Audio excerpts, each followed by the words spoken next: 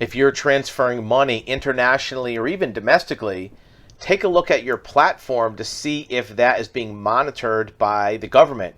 The federal government has announced guidelines to track funds transfers, and now some states are getting in on the action. Here's an article from Arizona where their AG is starting to keep records on money transfers. Right now it's international, but they're also talking about doing domestic, and they're not the only state.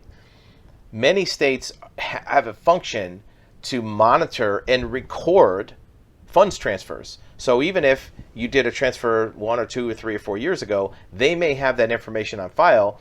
That can help them with things like state income tax, maybe government resources or programs, maybe things like child support, making sure that if you have debts or obligations that those are being handled properly. Sometimes if you have liens against you for tax liens, they can use your money transfer history to enforce those. Or if you have certain types of professional licenses, sometimes those are required to disclose certain types of money transfers. So anytime you're transferring funds, you want to make sure that you're recognizing how that platform that you're using is accounting for that money, how they're reporting that money, how they're recording your activity, and whether or not there's a government agency, whether at the state level or at the federal level, is keeping track of that money transfer or that fund transfer to determine if that's going to be a record that will affect you in other ways. Maybe your business filing or your